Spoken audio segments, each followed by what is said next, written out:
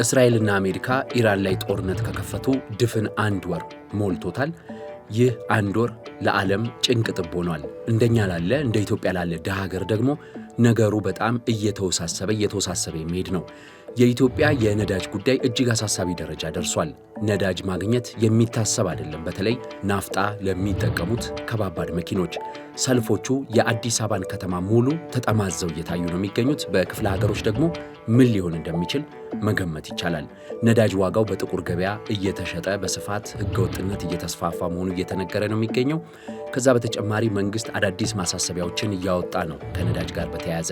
ይህ በእንዲህ እንዳለ ደግሞ ጅቡቲ ወደብ ላይ አዲስ ነገር ተሰምቷል። ስለ ነዳጅ አዲስ መረጃ አግኝቻለሁ። በነዳጅ ጉዳይ ላይ ተስፋ የሚሰጡ ፈተናው መባባሱንና ጭንቀት የሚጨምሩ ዜናዎች ናቸው እየወጡ ያሉት። የመፍትሄ ሀሳቦችም አሉ። ምንድናቸው መፍትሄዎቻችን የሚለውንም በዝርዝር አስቀምጥላችኋለሁ። የቅዳሜ ገበያ የዩቲዩብ ቻናልን ነው እየተከታተላችሁ የምትገኙት። ቻናላችንን ሰብስክራይብ አድርጉ። አዳዲስ ትንታኔ ስንለቅ እንዲደርሷችሁ የደወል ምልክቱን ይጫኑ። ቅዳሜ ገበያ። የኢራን ጦርነትና የባህረ ሰላጤው ስጋት፣ የሆርሙዝ ሰርጥ መዘጋት በኢትዮጵያ ዙሪያ የሚያደርሱት ጫና በጣም ከፍተኛ እንደሆነ ከዚህ በፊት ተከታታይ ቪዲዮዎችን ሰርቼላችኋለሁ። በተለይም ደግሞ ጠቅላይ ሚኒስትር አብይ አህመድ ኩዌት የደወሉበትን ምክንያት፣ ጠቅላይ ሚኒስትር አብይ አህመድ ከዓለም መሪዎች ሁሉ ቀድመው ወደ አቡዳቢ ያቀኑበትን ምክንያት፣ በሆርሙዝ ተዘግታ ስለቀረችውና ስለታገተቻቸው መርከባችንም ሰርቼላችኋለሁ። ቪዲዮዎቹን መመልከት ትችላላችሁ። እንግዲህ አሁን የሆርሙዝ ሰርጥ ለአንድ ወር ገደማ ተዘግቷል። በጣት የሚቆጠሩ መርከቦች ናቸው ያለፉት። በቀን ከ100 ያላነሱ መርከቦች የሚያልፉበት ቦታ በጣት የሚቆጠሩ መርከቦች ናቸው እያለፉ የሚገኙት በሆርሙዝ ሰርጥ። የተፈቀደላቸው የቻይና የህንድ መርከቦች ራሱ በጣም በጥንቃቄና በስጋት ነው እየሄዱ ያሉት። ምክንያቱም በዛ አካባቢ ማን ሊመታ እንደሚችል እንኳን የሚታወቅ አይደለም። የኢራን ጦር በየራሱ እዝ ነው በአሁኑ ሰዓት እየተዳደረ የሚገኘው፣ በየክፍለ ሀገሮቹ ባለው እዝ።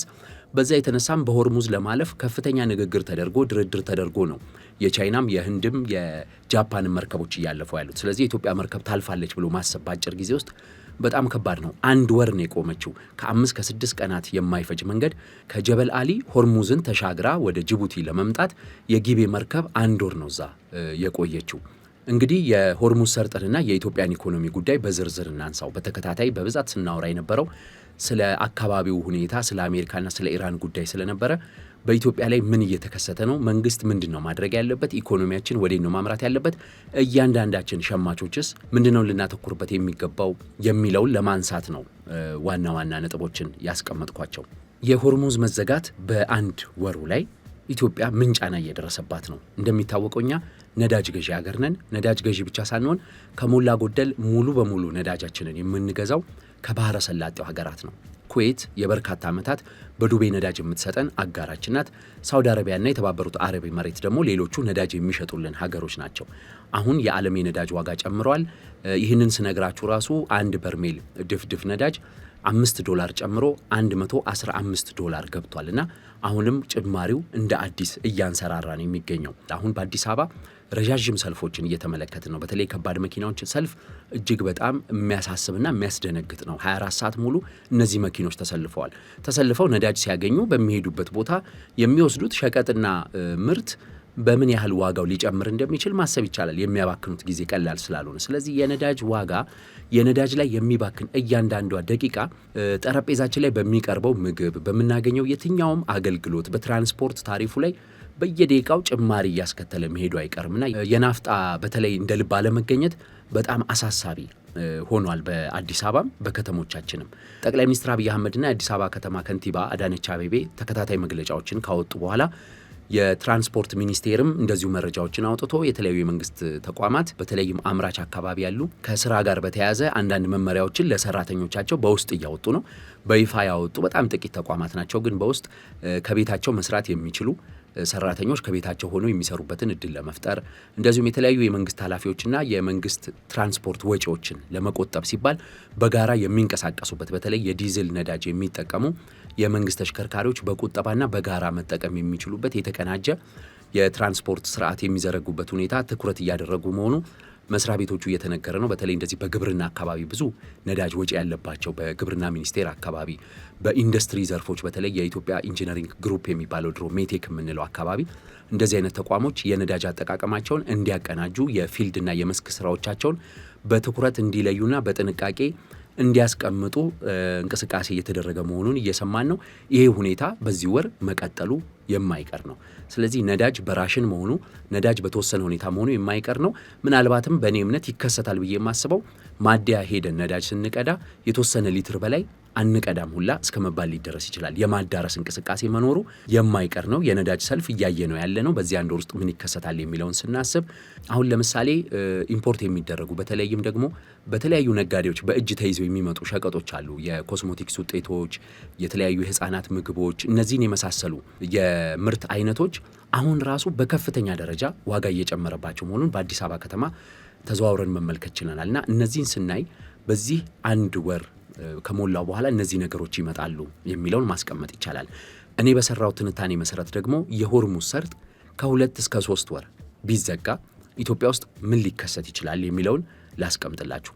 የነዳጅ ጉዳይ ቀውስ ነው የሚሆነው። በጣም ሲሪየስ ችግር መሆኑ የማይቀር ነው። ስለዚህ መንግስት በጣም ጠንካራና ጠንቃቃ አቋም ማስቀመጡ የማይቀር ነው። የተቆራረጠ አቅርቦት መኖሩ የማይቀር ነው። አሁን በርካታ ማደያዎች ላይ ናፍጣ የለም አልቋል የሚሉ ነገሮችን በስፋት ልንመለከት እንችላለን። ከዛ ባለፈ በጣም የሚያሳስበው የጥቁር ገበያ ነው። አሁን መንግስት ይፋ ባደረገው ዋጋ መሰረት ቤንዚን 132 ብር ነው የሚሸጠው በሊትር፣ ናፍጣ ደግሞ 139 ብር ከ80 ሳንቲም ነው የሚሸጠው። እነዚህ ሁለት የነዳጅ ውጤቶች በጥቁር ገበያ ቀድሞውንም በተለይ በክልል ከተሞች በጣም በውድ እየተሸጡ እንደሆነ እናውቃለን። አሁን አንዳንድ መረጃዎችን ለማሰባሰብ ስሞክር ከ500 ብር ያላነሰ ነው በሊትር እየተሸጠ የሚገኘው በክልል ከተሞች እና ይሄ የጥቁር ገበያ ሁኔታ ይስፋፋል። ከዛ ባለፈ ደግሞ ቀድሞውንም ቢሆን የኢትዮጵያ ነዳጅ በርካሽ ዋጋ ስለሚሸጥ ከምስራቅ አፍሪካ ሀገራት ወደ ሶማሌላንድና ወደ ኬንያ፣ ወደ ደቡብ ሱዳን በርካታ ነዳጅ ይጓጓዝ ነበረ በድብቅ። ያ ነገር ሊባባስ ይችላል። ስለዚህ መንግስት እዚህ ላይ ትኩረት አድርጎ ጥንቃቄ አድርጎ መስራት ያለበት ይመስለኛል። ከዛ ባለፈ ግን የነዳጅ ምርት በመጥፋቱ የተነሳ በቀጣይ 2-3 ወራት ውስጥ የኮንስትራክሽን ስራዎች በከፍተኛ ደረጃ ወደ ኋላ ይቀራሉ። እንደምናውቀው ናፍጣን የሚጠቀሙት ኢትዮጵያ ውስጥ ተሽከርካሪዎች፣ መኪኖች ብቻ አይደሉም። ናፍጣ ለፋብሪካዎች፣ በኮንስትራክሽን አካባቢ ለሚንቀሳቀሱት ግዙፍ ማሽነሪዎች ናፍጣ ነው ጥቅም ላይ የሚውለው። የኮንስትራክሽን ሴክተሩ ሊቀዛቀዝ ይችላል። ግዙፍ የመንግስት ፕሮጀክቶች ግንባታ ላይ ያሉም ሊቀዛቀዙ ይችላሉ። የምግብ ዘይት ዋጋ፣ የስንዴ ዋጋ፣ የማዳበሪያ ዋጋ ደግሞ እየናረ መሄዱን ይቀጥላል። ማዳበሪያ እንደምናውቀው ከሆርሙዝ ስለምናመጣ ማለት ነው። 6 ወራት ቢቆይስ የሆርሙዝ መዘጋት? እሱን ደግሞ ላስቀምጥላችሁ። 6 ወራት ቢቆይ የዶላር ጫናችን አደገኛ ደረጃ ላይ ይደርሳል። ምክንያቱም በውድ ነው ነዳጅ የምንገዛው፣ ማዳበሪያ የምንገዛው፣ ዋጋው እየጨመረ ነው የሚሄደው። 6 ወር የሆርሙዝ መዘጋት ቢቆይ የአንድ በርሜል ነዳጅ ዋጋ እስከ $150 ሊደርስ ይችላል። ስለዚህ በዛ እየገዛን ስንጠቀም ያለንን የዶላር ክምችት ክፉኛ ይጎደዋል። የስራ ሁኔታ ከፍተኛ ጫና ላይ ያወድቃል። የግዳጅ የስራ እረፍት፣ የስራ ማጣት፣ የእንቅስቃሴ መዳከም፣ እንደዚህ አይነት ነገሮች ሊኖሩ ይችላሉ። ድጎማ ደግሞ መንግስት ከፍተኛ ድጎማ ለማድረግ ይገደዳል። ምክንያቱም ማህበረሰቡን ማረጋጋት አለበት። ህብረተሰቡ ምግቡን ማግኘት አለበት ቢያንስ እንቅስቃሴ እንኳን ቢሞት። ስለዚህ መንግስት ለምግብ፣ ለነዳጅ፣ ለሌሎች መሰረታዊ ሸቀጦች ድጎማ ማድረግ ይገደዳል። እንዲህ አይነት ነገሮች ይኖራሉ።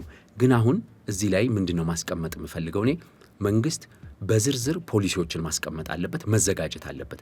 አሁን እኔ ስተነትንላችሁ የ1 ወር ነዳጅ መዘጋት እንደዚህ አድርጎናል፣ የ3 ወር ሆርሙዝ መዘጋት እንደዚህ ነው፣ የ6 ወር እያልን ነው። ስለዚህ መንግስትም የአጭር ጊዜ፣ የመካከለኛ ጊዜ፣ የረዥም ጊዜ የሆርሙዝ መመሳቀል ሊያስከትል የሚችለውን ጫና በማንበብ ትኩረት አድርጎ እቅዶችን ማስቀመጥ ያስፈልገዋል እና የዋጋ ግሽበትን፣ የነዳጅ ዋጋ ንረትን፣ የስራ አጥነትን እና የተለያዩ የሚመጡ መጨናነቆችን ለማስቀረት መንግስት በጣም ትኩረት አድርጎ ፖሊሲዎችን ነድፎ የአስቸኳይ ጊዜ ስትራቴጂዎችን ማስቀመጥ አለበት። በነዳጅ እንቅስቃሴው ላይ አዲስ ነገሮች አሉ። 2 ቦታዎች ላይ መልካም ዜናዎች አሉ። የመጀመሪያው የተባበሩት አረብ ኤመሬት ነው። የተባበሩት አረብ ኤመሬት በሆርሙዝ ሰርጥ በኩል ያለውን የጀበል አሊ ወደብ በከፍተኛ ደረጃ እንቅስቃሴው መገታቱን ተከትሎ የተባበሩት አረብ ኤመሬት ትኩረቷን ወደ ፉጅራ ወደብ አድርጋለች። በፉጅራ ወደብ ነዳጅ እየተላከ ነው። በቀን 1.7 ሚሊዮን በርሜል ነዳጅ የመላክ አቅም ላይ ደርሷል። ከኢራን ጥቃቶች እየደረሱበት ነው። ግን ዩኤኢ ያንን እየተከላከለች እንቅስቃሴ እያደረገች ነው የምትገኘው። የተባበሩት አረብ ኤመሬት የኢትዮጵያ ወዳጅ ናት። በተለይ የተባበሩት አረብ ኤመሬት የነዳጅ መስመር መከፈት ለኢትዮጵያ አየር መንገድ ትልቅ ዜና ሆኖ ሊቀርብ የሚችል ነው። የኢትዮጵያ አየር መንገድ የኤመሬትስና የኳታር አየር መንገዶች ጫና ላይ መሆናቸውን ተከትሎ ገበያ ደርቶለታል። በዛው ልክ ደግሞ 10 ከተሞች የሚያደርገውን በረራ ለማቋረጥ ተገዷል። በየሳምንቱ ከ$13 ሚሊዮን በላይ እያጣ ነው። ይህ ማለት አሁን አንድ ወር ሲሆነው ይሄ ጦርነት ከ50 ሚሊዮን ዶላር በላይ አጥቷል። ከ8 ሚሊዮን ዶላር በላይ ደግሞ በጭነት ጉዞ አጥቷል። ወደ 60 ሚሊዮን ዶላር አጥቷል የኢትዮጵያ አየር መንገድ ወደ መካከለኛው ምስራቅ ሀገራት በሚያደርገው በረራ። ነገር ግን የኤሚሬትስና የኳታርን የመሳሰሉ አየር መንገዶች እንቅስቃሴ መስተጓጎል የከፈተለት የገበያ እድል አለ። ያንን እንዳይጠቀም ግን የነዳጅ እጥረት ክፉኛ ፈተና ሆኖበታል። አሁን የተባበሩት አረብ ኤሚሬት መስመር መከፈቱ ትልቅ እድል ነው ብለን መመልከት እንችላለን ለኢትዮጵያ አየር መንገድ። ሁለተኛው ደግሞ የሳውዲ አረቢያ የቀይ ባህር ወደብ አገልግሎት እየሰጠ መሆኑና በቀን 7 ሚሊዮን በርሜል ነዳጅ ለዓለም ለማቅረብ እየሰራ መሆኑ ነው። ይሄም ለኢትዮጵያ መልካም ዜና ነው። እዚህ ጋር ግን አንድ ፈተና አለ። ይሄ ፈተና ደግሞ የባቤል መንደብ አካባቢ መዘጋት ነው። የየመኑ አንሳሩላ ቡድን በባቤል መንደብ ጥቃት እፈጽማለሁ፣ መርከቦች አያልፉም፣ ሆርሙዝ ብቻ ሳይሆን ባቤል መንደብም ተዘግቷል እያለ እየፎከረ ነው የሚገኘው። አሜሪካ ከፍተኛ ጥቃቶች ፈጽማበታለች። በነገራችን ላይ ከሰሞኑ በዚህ በየመን አማጺ ቡድን ላይ ይህ አማጺ ቡድን ያንን መንገድ የሚዘጋ ከሆነ ግን እንዴት እንሰራለን የሚለው በጣም አሳሳቢ ነው የሚሆነው። በነገራችን ላይ ኢትዮጵያ ወደብ ቢኖራት ኖሮ የባህር ኃይል ይኖራት ነበር።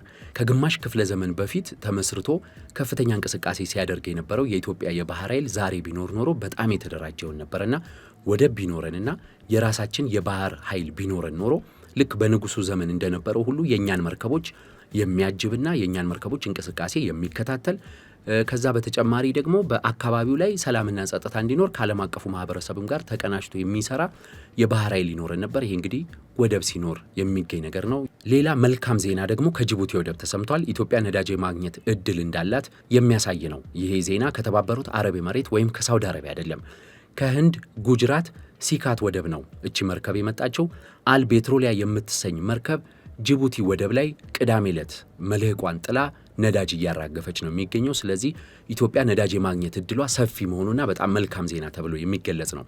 አልቤትሮሊያ መርከብ በውስጧ 31500 ሜትሪክ ቶን ናፍጣ እንደዚሁም ደግሞ 17000 ሜትሪክ ቶን የአውሮፕላን ነዳጅ ይዛ ነው የመጣችው። ይህ ነዳጅ ሙሉ በሙሉ ወደ ኢትዮጵያ የሚጓጓዝ እንደሆነ ያገኘሁት መረጃ ያመለክታል። ስለዚህ ኢትዮጵያ ነዳጅ ከተለያዩ አካባቢዎችም አማራጭ እያፈላለገች ነው የምትገኘው ማለት ነው። በነገራችን ላይ ጅቡቲ ወደብ ጋር የደረሱ ከዚህ ከሆርሙዝ መዘጋት ጋር ፈተና ይገጥማቸዋል ያልናቸው ምርቶች መካከል የነዳጇ አልቤትሮሊያ መጥታለች። ከዛም በተጨማሪ ዩሪያ የጫኑ 2 መርከቦች፣ ስንዴ የጫኑ 3 መርከቦች እንደዚሁም ደግሞ ዳፕ የጫነ 1 መርከብ መምጣቱ ታውቋል። ጅቡቲ ወደብ ላይ መልቃቸውን ጥለዋል። ለኢትዮጵያ የሚያራግፉ ናቸው። ለእርሻችንም የሚያግዙ እንግዲህ ለሌላውም ዘርፍ ከፍተኛ እገዛ ያለው ነው። በተለይ የነዳጅ ጫኝ መርከቧ መምጣቷ በተጨማሪነት 2 መርከቦች ወደ ጅቡቲ ወደብ እየመጡ እንደሆነ ይጠበቃል። ነዳጅ የጫኑ ተብሎ ነው የሚታሰበው። ይህንን መረጃ ከጅቡቲ ወደብ አካባቢ አግኝቻለሁና ይህንን ስንመለከት ኢትዮጵያ የነዳጅ እድል አላት ብለን ማስቀመጥ እንችላለን። ግን በአጠቃላይ የኢትዮጵያ እቅዶች ምን መሆን አለባቸው የሚለው በደንብ መታየት ያለበት ነው። ኢትዮጵያ በዘላቂነት የነዳጅ ተጋላጭ ሀገር ናት። ስለዚህ በነዳጅና በሎጂስቲክስ ዘርፍ ላይ በጣም በሳይንስ የተመሰረተ ነባራዊ ሁኔታዎችን በጥልቀት የሚገመግሙ ስትራቴጂዎችና ስልቶች ያስፈልጉናል። ኢትዮጵያ ውስጥ የሎጂስቲክስ ስርዓት የዳበረ አለን ብሎ ለመናገር የሚያስቸግር ነው። የኢትዮጵያ ምርትና ሸቀጦች በተለይ ከውጭ የሚመጡት በጣም የዋጋ ግሽበትን የሚያባብሱ እንደሆኑ ይታወቃል። ነዳጅ ላይ የምትፈጠር ትንሽ ኮሽታ በከፍተኛ ደረጃ የዋጋ ግሽበትን፣ የኑሮ ውድነትን፣ የማህበረሰቡን የኢኮኖሚ እንቅስቃሴ እንደሚያውክ ይታወቃል። ስለዚህ ከነዳጅ ጋር በተያያዘ እቅድ ማቅረብ አለብን። ነዳጅ አምራች ሀገር አይደለንም፣ ሙሉ በሙሉ ነዳጅ አስመጪ ሀገር ነን። ስለዚህ መፍትሄዎች መቀመጥ አለባቸው። በእኔ ሀሳብ ማስቀመጥ አለብን የምላቸው ቁልፍ ሁኔታዎች አሉ። የመጀመሪያው የነዳጅ ፍላጎታችንን የምናሟላበትን መንገድ መቀየስ ነው። ከገልፍ ሀገራት በብዛት ነዳጅ እናስመጣለን።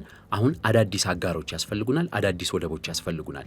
ለምሳሌ ደቡብ ሱዳን ነዳጅ አምራች ሀገር ነው። ሱዳንን በተወሰነ መልኩ አምራች ነበር፣ አሁን ጦርነት ላይ ነው። ስለዚህ ነዳጅ ከአፍሪካ ሀገራት የምናገኝበት ሁኔታ መፈጠር አለበት። ኬንያ በቅርቡ ከሞዛምቢክ ጋር ያደረገችው ስምምነት አለ ጋዝ ለማግኘት። ልክ እንደዛ ሁሉ እኛም ነዳጅ የምናገኝበት አማራጮች መፈለግ አለብን። ያለንንም ነዳጅ ደግሞ ለማውጣት ከፍተኛ ጥረት ማድረጊያ ጊዜው አሁን ነው ማለት ነው። ሌላው ጉዳይ ግን ማንሳት የምፈልገው መንግስት የኢኮኖሚውን እንቅስቃሴ መከታተልና መቆጣጠር አለበት። በተለያዩ ሸቀጦች ላይ የዋጋ ንረት በከፍተኛ ደረጃ ጨምሯል። አሁን ጅቡቲ ወደብ የገቡ መርከቦች ብዬ የነዳጅን የማዳበሪያውን አስቀደምኩ እንጂ በርካታ መኪና የጫኑ መርከቦች ጅቡቲ ወደብ ደርሰዋል።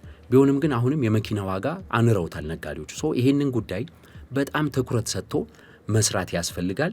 በተጨማሪነትም የሆርሙዝ ሰርጥ ጉዳይ መፍትሄ ቢያገኝ ራሱ ነገሮች መስመር እስኪይዙ ወራት መፍጀታቸው ስለማይቀር የኢትዮጵያ መንግስት ቁጠባን መሰረት ያደረገ እንቅስቃሴ ማድረግ አለበት። በነገራችን ላይ በዚሁ አጋጣሚ ስለ ሆርሙዝ ጉዳይ አንዳንድ ነገሮች ልበላችሁ። ድርድሩ እስካሁን ብዙም ተስፋ ሰጪ ነገሮች ያልታዩበት ነው። ዳርና ዳር ናቸው። የመቀራረብ ሁኔታዎች እስካሁን እየተከሰቱ አይደሉም።